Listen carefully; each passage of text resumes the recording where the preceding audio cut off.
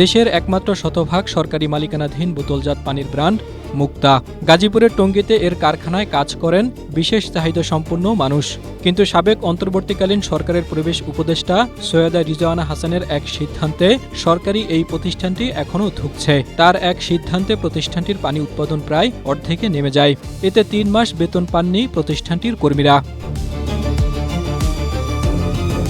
অন্তর্বর্তী সরকারের সময় সরকারি দপ্তরগুলোকে একবার ব্যবহার্য প্লাস্টিক থেকে সরিয়ে আনার উদ্যোগ নেন তৎকালীন পরিবেশ উপদেষ্টা সৈয়দা রিজওয়ানা হাসান। এতে সচিবালয় থেকে শুরু করে প্রধান উপদেষ্টা ড. মোহাম্মদ ইউনূসের সরকারি বাসভবন যমুনা পর্যন্ত বন্ধ হয়ে যায় প্লাস্টিকের বোতলজাত পানি সরবরাহ।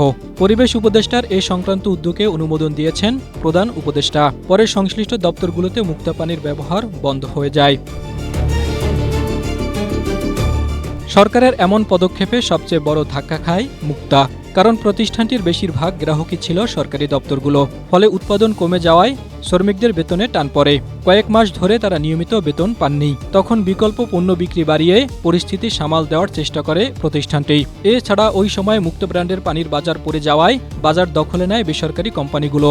বিভিন্ন সরকারি দপ্তরে প্লাস্টিকের বোতলে পানি সরবরাহ পুরোপুরি বন্ধ না হওয়ায় সেসব স্থানে মুক্তার বদলে জায়গা করে নেয় অন্য ব্র্যান্ডের পানি।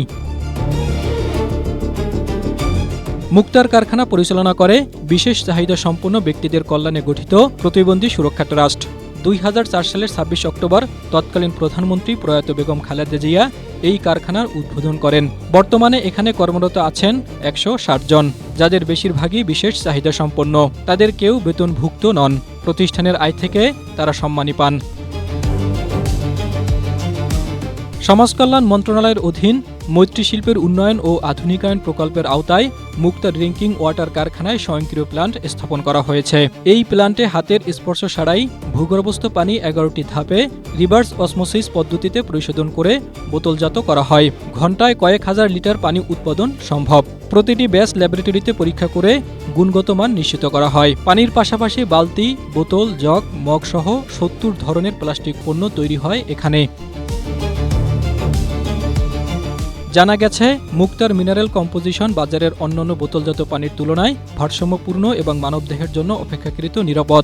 ২০২৩ থেকে ২০২৪ অর্থবছরে মুক্তা ড্রিঙ্কিং ওয়াটারের উৎপাদন ছিল ৫০ লাখ লিটার। জাতীয় সংসদ, সচিবালয়, সরকারি বেসরকারি অফিস, বাংলাদেশ পর্যটন কর্পোরেশন, ওয়েস্টিন, শেরাটন, ইন্টারকন্টিনেন্টাল সহ প্রায় সব ৫ তারকা হোটেল এবং বিভিন্ন কর্পোরেট অফিসে মুক্তা পানি সরবরাহ হতো। এদিকে চলতি বছরের ১২ ফেব্রুয়ারি অনুষ্ঠিত ত্রয়োদশ জাতীয় সংসদ নির্বাচনের পর নতুন করে ঘুরে দাঁড়ানোর চেষ্টা করে মুক্তা।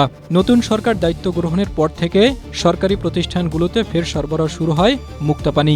প্রধানমন্ত্রী তারেক রহমানের বিভিন্ন অনুষ্ঠানেও এই পানি সরবরাহ করতে দেখা গেছে।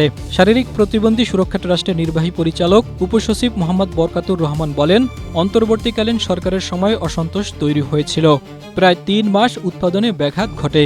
তবে তিনি দায়িত্ব নেওয়ার পর কর্মীদের বকেয়া বেতন পরিশোধ করেছেন। বর্তমানে প্রতিষ্ঠানটি পুরোদমে বোতলজাত পানি উৎপাদন করছে। Desk report, Asia post.